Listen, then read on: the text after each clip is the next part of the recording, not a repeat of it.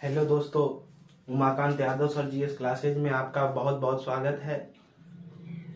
हम लोग पिछले समय में मुगल साम्राज्य, बाबर के बारे में, हुमायूं के बारे में पढ़ा। फिर हुमायूं को जीवन से निष्कासित करने के बाद उसके राजपाट से शेरशाह सूरी के बारे में भी पढ़ा। शेरशाह सूरी के पूरे साम्राज्य के बारे में पढ़ा। फिर हम लोग पुनः उसी मुगल साम्राज्य के हुमायूं के बाद, जहाँ से उसका राजपाट समाप्त होता है, उसके बेटे अकबर के राजपाट से आज देखेंगे। हम लोगों ने देखा कि 1540 ईस्वी में जो हुमायूं था उसको बिलग्राम या कन्नौज के युद्ध से शेरशाह सूरी ने पराजित करके उसको दिल्ली और आगरा के पूरे राजपाट को क्या कर लिया, हथियार लिया, उसको प्राप्त कर लिया और हुमायूं को निष्कासित कर दिया। उसके हुमायूं वहां से निकल करके सिंध के रास्ते होते हुए ईरान चला गया, जहां के शासक से उसने क्या मांगी, सहायता मांगी। फिर कुछ समय के बाद उसने वापस जब 1542 ईस्वी में भारत लौटा तो 1542 में राजस्थान के राजा वीरसाल, जो राणा वीरसाल थे, उन्हीं के महल में हमीदा बानो बेगम, जो इसने विवाह किया था हमीदा बानो बेगम से, उसी से एक बेटे का जन्म हुआ जिसका नाम था क्या, अकबर। ठीक, जिसका नाम था अकबर। अकबर का जन्म 15 अक्टूबर 1542 ईस्वी को हुआ। फिर 1545 ईस्वी में जो ईरान के शासक की सहायता से हुमायूं ने काबुल और कांधार पर विजय प्राप्त किया, उसी समय अकबर से 3 साल के बाद पुनः हुमायूं मिला था। यानी बाप बेटे 3 साल, 1542 में जन्म तो हो गया राणा वीरसाल के महल में हमीदा बानो बेगम के गर्भ से, लेकिन इनका फिर बाद में मिलन 3 साल के बाद 1545 में होता है। फिर कुछ समय के बाद वहां से 1545 से हुमायूं काबुल, कांधार, फिर पंजाब, धीरे धीरे इस तरह से जीतते हुए 1555 में फिर सरहिंद के युद्ध में पूरे फिर से दिल्ली और आगरा की राजगद्दी को जीत लेता है, सिकंदर सूरी को हटा करके। उसके पहले 1555 के पहले सिकंदर सूरी के पहले दिल्ली और आगरा की राजगद्दी पर आदिल शाह सूरी, जो भी हम लोगों ने पढ़ा आदिल शाह सूरी के बारे में पिछली कक्षाओं में पढ़ा है, उसने आदिल शाह सूरी के पीएम हेमू या हेमचंद्र उस पर अधिकार कर लिया था। बाद में चल करके पानीपत का द्वितीय युद्ध उसी के बीच हुआ। तो अभी हम लोगों को इधर देखना है कि अकबर 1545 में अपने पिता से दोबारा मिला। फिर बहुत कम समय में ही अकबर को इसने काबुल, कंधार के क्षेत्रों का क्या कर दिया, सूबेदार नियुक्त कर दिया। फिर आगे चलने के बाद यानी गजनी क्षेत्र का इसने सूबेदार नियुक्त किया। फिर आगे चलने के बाद कुछ समय के बाद जब हुमायूं पंजाब के क्षेत्रों को जीतता है, उसके बाद इसने पंजाब का सूबेदार इसको नियुक्त कर दिया। किसको, अकबर को। और औपचारिक रूप से वहां के अकबर को पंजाब का सूबेदार नियुक्त किया और उसका संरक्षण करने के लिए, क्योंकि छोटा बच्चा था अकबर, अभी 1542 में उसका जन्म हुआ था, इसलिए उसकी संरक्षण के लिए तो उसने बैरम खां को, जो उसका हुमायूं का बहुत विश्वास पात्र हुआ करता था, उसको बैरम खां को लगा दिया कि इसकी संरक्षण में रहिए, आप इसको रखिए अपने संरक्षण में, कहीं कुछ हो ना। तो बैरम खां उसका संरक्षक बन गया अकबर को। तभी 1556 में जब मृत्यु की बात आई कि हुमायूं की मृत्यु हो गई है, कहाँ पर, हमने बताया था कि दिल्ली में उसने दीन पनाह नामक एक नगर बसाया था हुमायूं, जहां पर शेर मंडल एक पुस्तकालय हुआ करता था, शेर मंडल। उसकी सीढ़ियों से, हमने बताया था हुमायूं कुछ नशा भी करता था, ठीक, हुक्का का पान करता था, जिसे उसने सीढ़ियों से उतर रहा था। शेर मंडल की पुस्तकालय थी, वहां से अध्ययन, कुछ लोग मानते हैं कि नमाज अदा करके या कुरान पढ़ करके उतर रहा, तो वहां पर उसकी सीढ़ियों से गिरने के कारण उसकी मौत हो गई। ठीक, तो इसके बाद उसके मौत की खबर जैसे ही एक बैरम खां को पता चली, उसने वहीं पंजाब में ही ईंट से बने हुए निर्मित सिंहासन पर उसका क्या कर दिया, वहीं पर राज्याभिषेक कर दिया।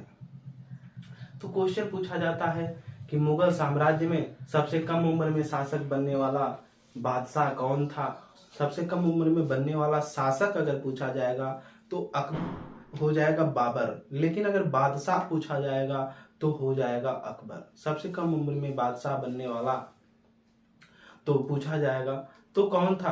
अकबर था। ठीक, जिसका 1542 में जन्म हुआ और 56 में चल करके बादशाह बन गया। तो कितना हो गया? 8 6 14, यानी लगभग 14 साल की उम्र में इसने क्या बन गया? बादशाह। और शासक में देखा जाए तो लगभग 11 वर्ष की आयु में ही फरगना जो तुर्की था, तुर्की का ही शासक बन गया था। फरगना छोटा सा साम्राज्य हुआ करता था, राज्य हुआ करता था, जिसका बाबर वहां का क्या बना था? शासक बन गया था। तो शासक अगर पूछा जाता है सबसे कम उम्र में तो बाबर, और बादशाह पूछा जाता है तो अकबर। तो अकबर ऐसे बना है। अकबर के आज हम लोग संक्षिप्त इतिहास के बारे में अध्ययन करेंगे। तो पहले तो ये हुमायूं का लड़का था। ठीक ठीक, लिखेंगे हुमायूं। हुमायूं हुमायूं का बेटा, हुमायूं का ये बेटा था। ठीक, नोट कर लीजिए, हुमायूं का बेटा अकबर। ठीक, जन्म लिखेंगे, इसका जन्म। फिर बचपन का नाम, बचपन का नाम, और इसकी माता का नाम हमीदा बानो बेगम था। ठीक, जो कि हिंदाल के गुरु से इसने क्या किया था? उन्हीं की बेटी से, हमीदा बानो बेगम से इसने विवाह किया था। जन्म लिखेंगे 15 अक्टूबर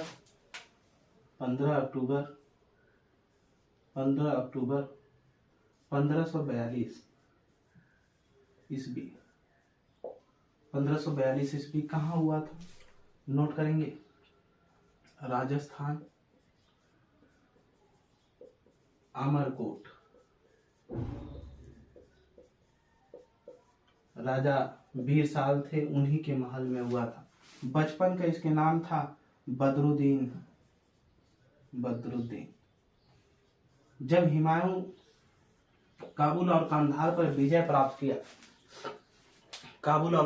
जब हुमायूं ने विजय प्राप्त किया था, कब? 1545 ईस्वी में, और इसका जन्म 1542 में हो गया था। ठीक 3 साल बाद जब इसने मिला, तो जब मिला तो इसका पूरा परिवार राणा वीरसाल के महल में अमरकोट राजस्थान में ही रहता था।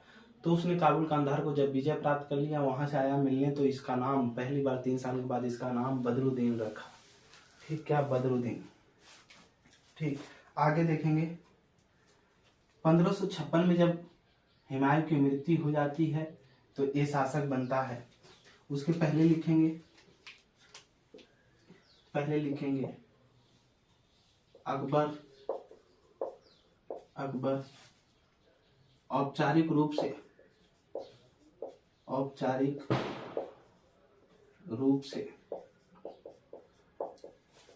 गजनी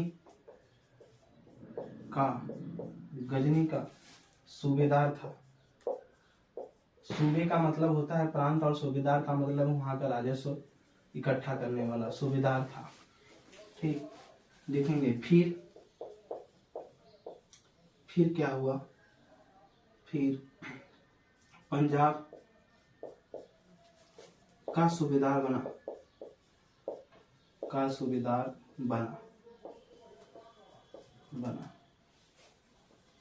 उसी समय में इसके संरक्षण के लिए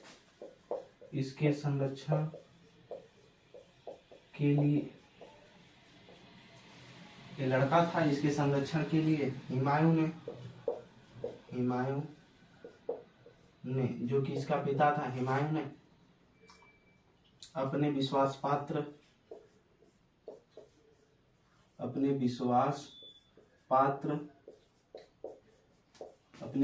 पात्र बैरम खां को इसका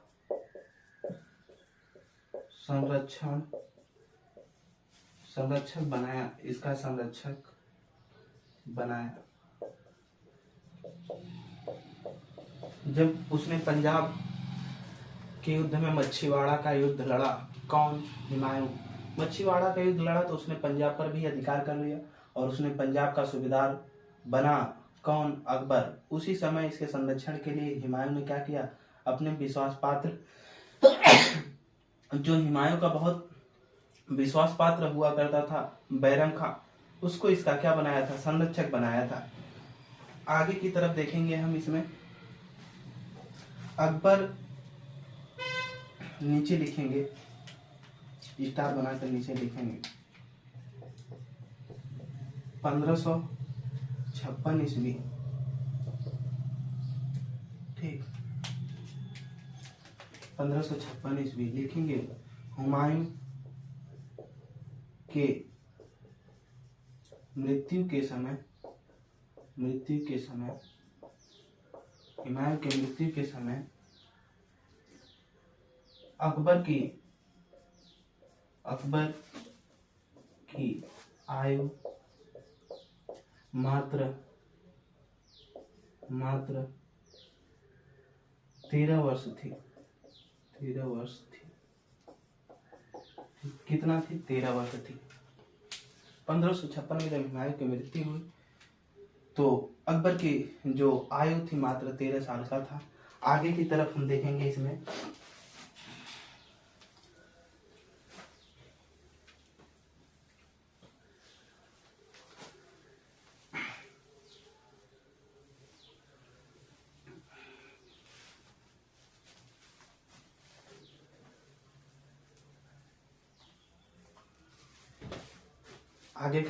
इसमें हम लोगों ने देखा कि जब 1556 में अकबर की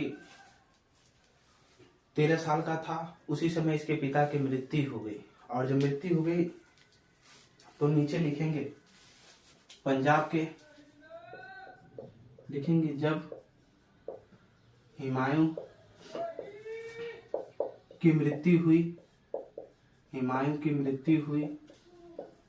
जब हुमायूं की मृत्यु हुई तो उसी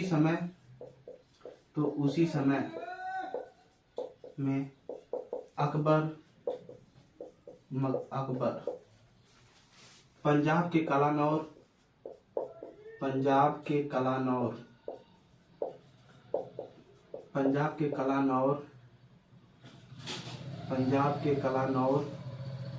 नामक अभियान पर था। ठीक, तथा इसका संरक्षक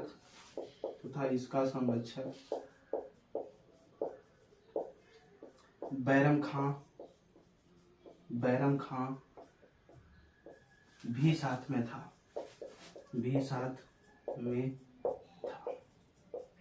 और जब इन सबको पता चला कि हुमायूं की मृत्यु हो गई है, कहाँ पर? दिल्ली में। शेर मंडल जो पुस्तकालय था उसकी सीढ़ियों से नीचे उतर रहा था हुमायूं। हमने बताया कि नशा भी करता था और उसका पैर लड़खड़ाने की वजह से उसने सीढ़ियों से गिरा और उसकी मृत्यु हो गई। तो अकबर ने क्या किया कि वहीं पर बैरम खां जो था उसका अकबर का संरक्षक, उसने क्या किया कि ईंट से बने हुए सिंहासन पर, कहाँ पर? पंजाब के कलानौर में ही, उसने वहीं पर ईंट से बने सिंहासन पर उसने क्या कर दिया? इसका राज्याभिषेक कर दिया। यानी आगरा और दिल्ली के क्षेत्रों पर जो हुमायूं संभाल रहा था, उसके क्षेत्रों पर किसका मतलब अब राज्याभिषेक के बाद अधिकार होगा? अकबर का। लेकिन हुआ क्या करता था? लिखेंगे इसकी मृत्यु के उपरांत, लिखेंगे हुमायूं की मृत्यु के उपरांत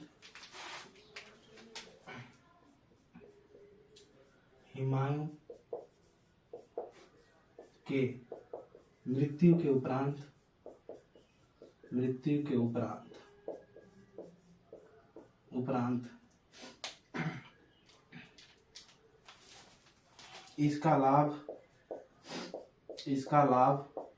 उठाया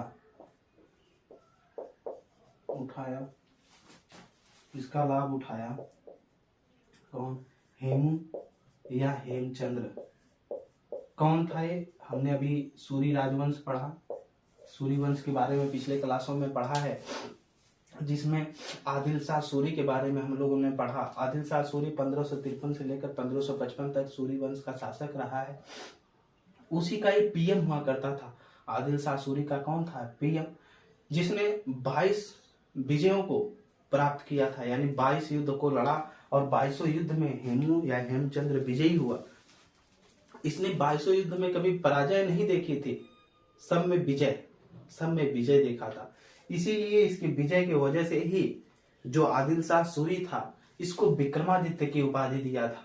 ठीक 22 विजयों की वजह से ही जो आदिल शाह सूरी वंश का शासक हुआ करता था, हेमचंद्र को क्या दिया था, विक्रमादित्य की उपाधि दिया था। हमारे पूरे भारतीय इतिहास में 14 विक्रमादित्य हुए।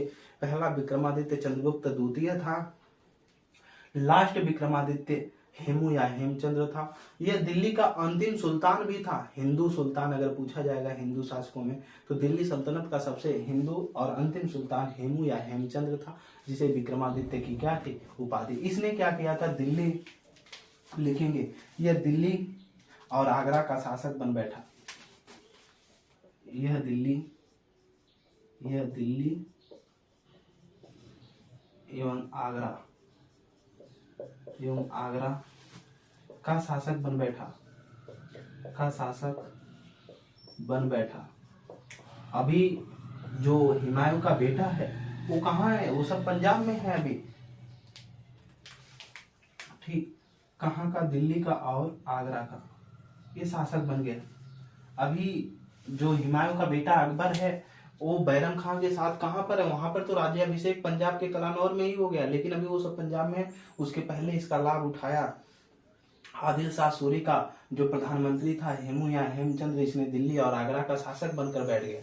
और जब बैठ गया तो हमने हेमू के बारे में पिछले समय में भी बता दिया, पिछली कक्षाओं में, तो उसको आप देखें। तो इसने क्या किया, जब शासक बनकर के बैठ गया तो अकबर जब बिना देर किए हुए यहाँ तक आया वापस, ठीक, कहाँ पर, नीचे लिखेंगे 5 नवंबर, आगे पहले इसके उपरांत, आगे स्टार बनाकर पहले थोड़ा सा लिख देंगे, इसके उपरांत